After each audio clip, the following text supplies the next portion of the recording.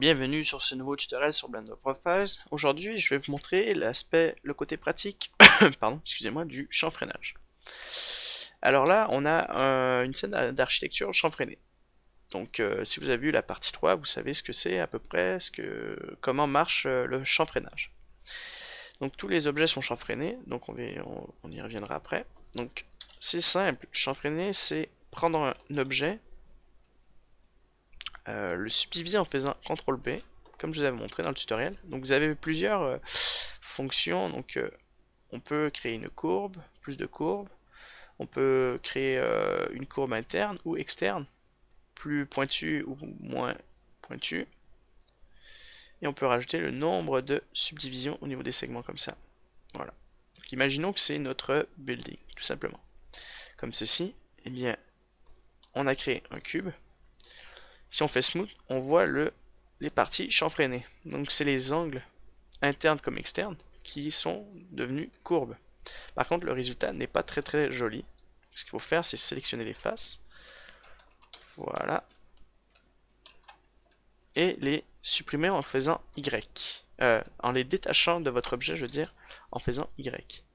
Et en faisant Y, bien sûr, sans sélectionner les angles, hyper important, juste simplement les faces, notre surface devient propre et vos angles restent chanfreinés à la perfection. Voilà. Donc c'est ce que j'ai fait ici. J'ai créé un appartement, on va dire, tout simplement, comme ça. Alors je vais vous donner quelques petites astuces là-dessus. Donc on peut voir qu'il y a très peu de faces.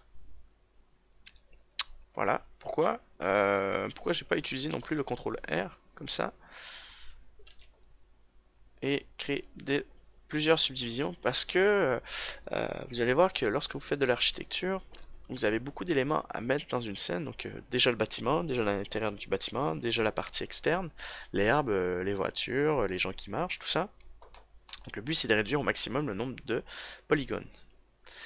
Alors j'ai fait la même technique ici, tout simplement j'ai sélectionné tous les angles un par un, comme ça. Ça a déjà été chanfreiné. Comme ça ici. Pas celle du milieu, par contre la partie en dessous elle est importante. Et ensuite j'ai fait un chanfrein. Donc là j'ai supprimé la partie arrière des objets parce que c'est pas du tout nécessaire à avoir vu qu'on ne la verra jamais. Donc vous pouvez faire de même si vous avez des scènes où vous passez jamais derrière, de couper les faces, ça réduit encore plus de faces. Et pareil en dessous. Si vous n'allez pas en dessous, si on voit pas la partie du dessous du bâtiment, ça sert absolument à rien. Comme ça ici, j'ai coupé. Voilà. Donc j'ai fait des escaliers tout simplement en array. Le modifier array. Et je vais vous montrer comment faire des portes ou des fenêtres avec l'outil K. Et vous montrer un exemple de chanfreinage. Donc, tout simplement, vous extrudez, vous coupez comme ça, tout simplement. Donc là, ça fait pas très joli. Vous vous mettez de face. Vous faites RSZ0 sur le clavier. RSZ0 sur le clavier. X, pardon, cette fois-ci. RSX0 sur le clavier. Donc là, ça crée une porte droite. Et on va faire approximativement au même niveau. Comme ça. Même grandeur. Donc pour voir la hauteur, la grandeur de vos objets, c'est pas compliqué non plus. Vous allez euh,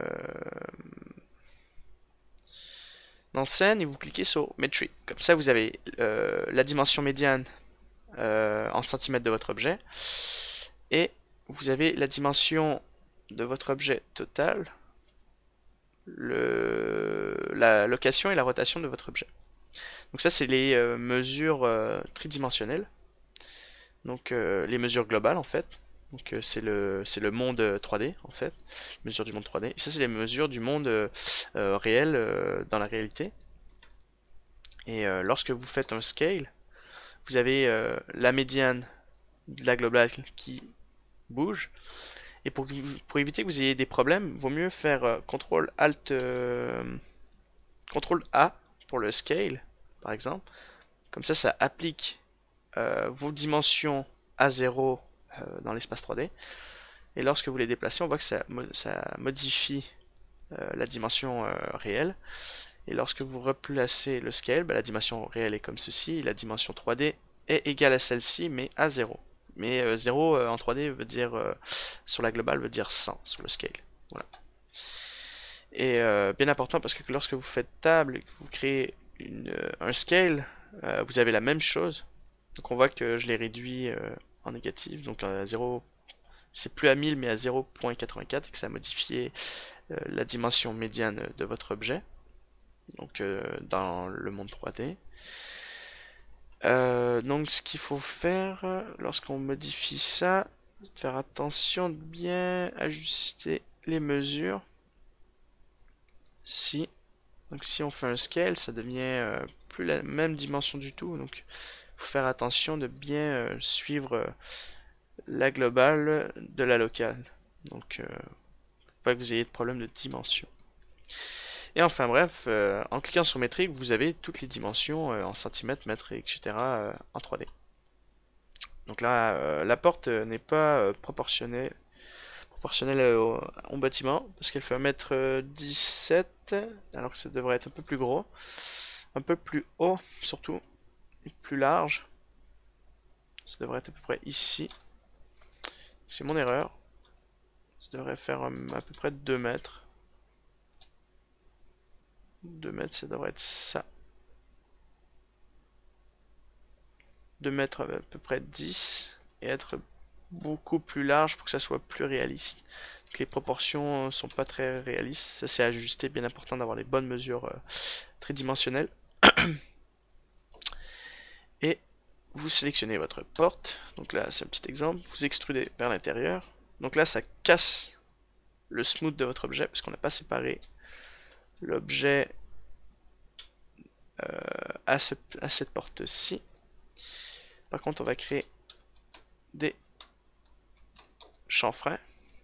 On va chanfreiner. Alors. Donc, ce qu'il nous faut, c'est ces angles-là. Pas les angles du bas, parce qu'on va les supprimer de toute façon. Et faire CTRL B. Comme ça, on a les angles internes et externes. Je vais mettre la terrasse un peu plus petite et la mettre ici. Voilà.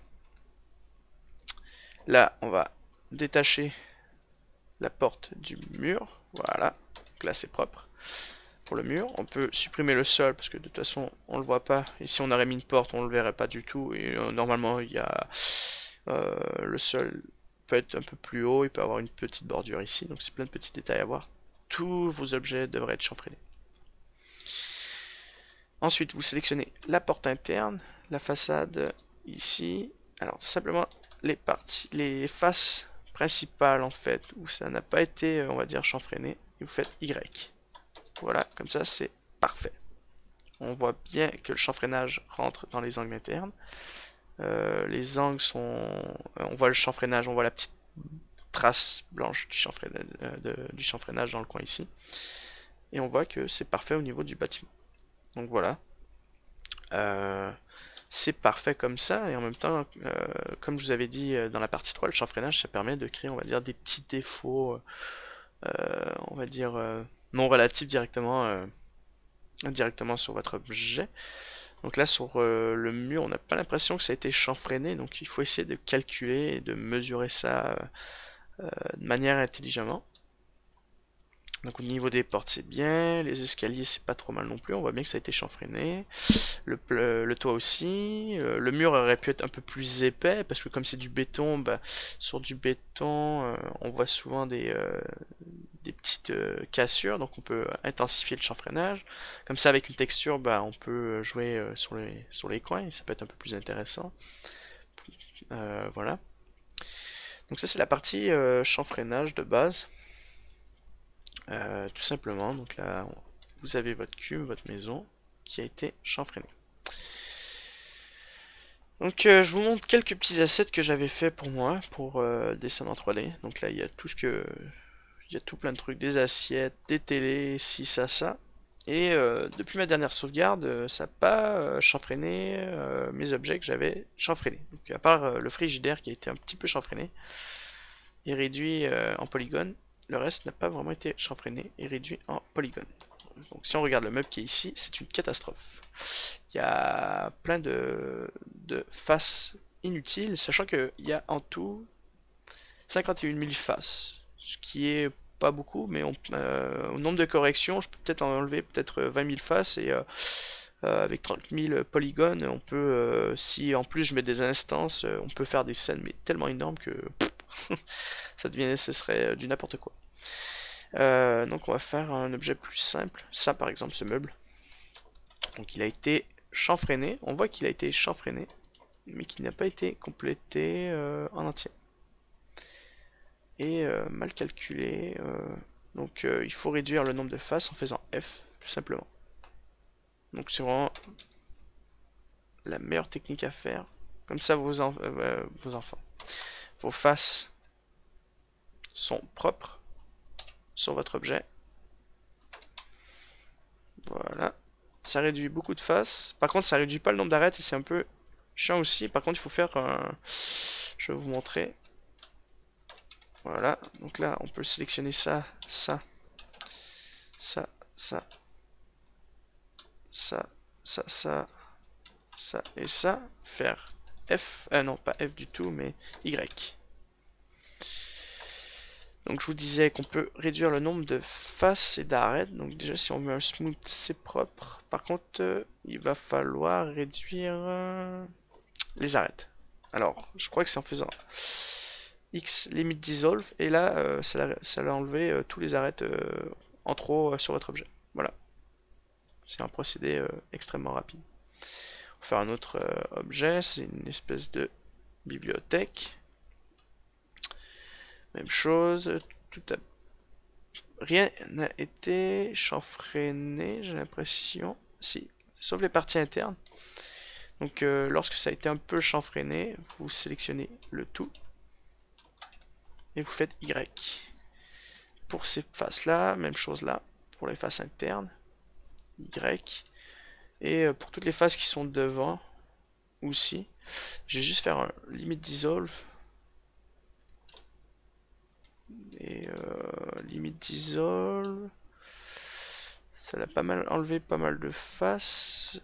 Y, Y, Y, Y, Y. Bon, il y a pas mal d'objets en fait qu'il faudrait que je retravaille et prendre mon temps là-dessus, mais c'était juste pour vous montrer un petit exemple rapidement. Tiens, je vais juste voir s'il y a beaucoup de faces, non.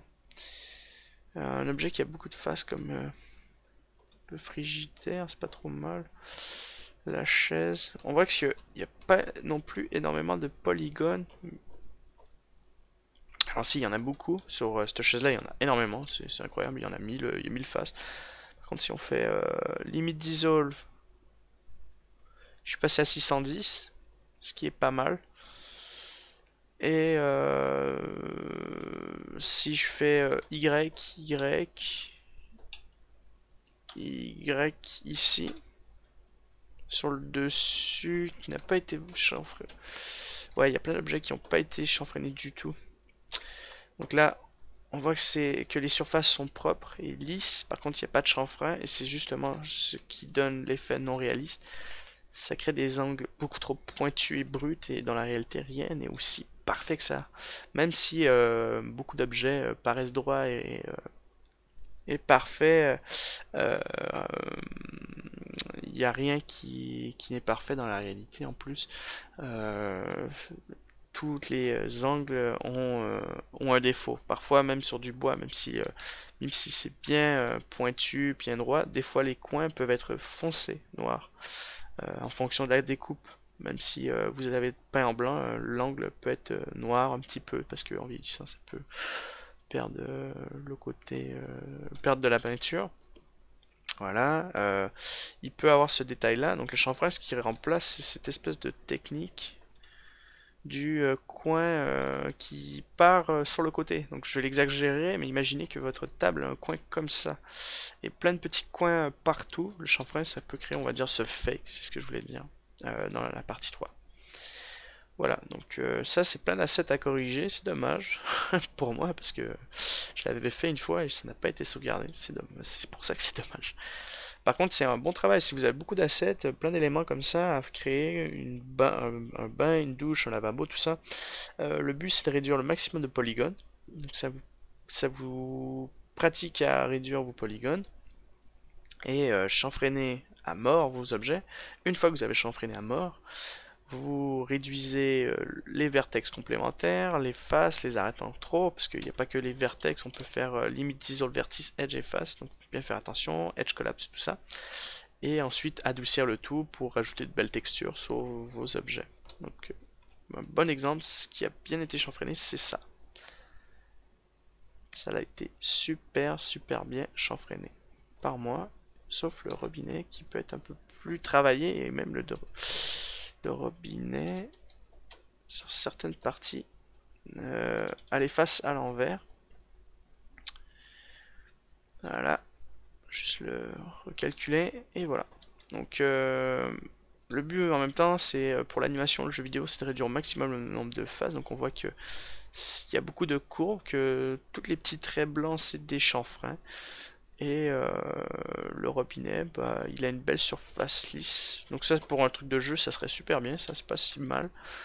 On peut même faire un petit limite dissolve peut-être pour réduire un peu plus de trucs et essayer de jouer à réduire le maximum de faces, mais sinon il est pas trop mal dans son ensemble.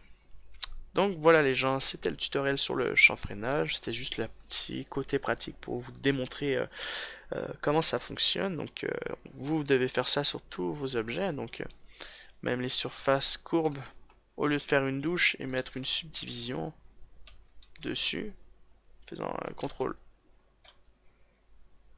Bon, je vais rajouter une subdivision. Au lieu de rajouter une subdivision, voilà, comme ça, inutilement, juste avec des chanfreins, on peut arriver à faire, à donner un aspect intéressant dans notre douche, comme ça, ici, en simplement coupant les surfaces. Et on peut voir des angles pointus et courbes en même temps. Même chose, là il y a une courbe. Là ça a été, j'ai fait exprès. Donc, le but c'est de réduire toutes ces faces juste en faisant Y pour bien couper votre objet et garder les chanfreins. Même chose le lit. Le coussin, on peut le garder comme ça parce que c'est une surface courbe. Donc il faut essayer de travailler intelligemment comme la toilette qui a une quantité impressionnante de chanfrein. Donc même chose, on peut faire limite dissolve, limite face. Ah, ça marche pas, c'est marrant. Ou vertex. Ou collapse. Non, non, c'est marrant que ça ne marche pas. Voilà, bon, c'est ça. Un peu dans l'ensemble. Réduire le nombre de faces et créer un truc assez intéressant.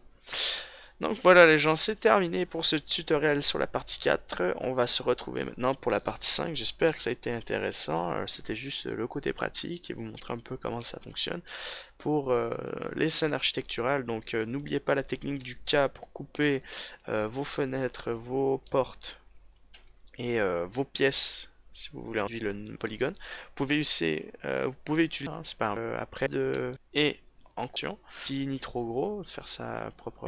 S'il est loin, il changerait réel de votre objet, parce que on verra la petite différence en fonction de la lumière, les textures, tailles complémentaires. Voilà.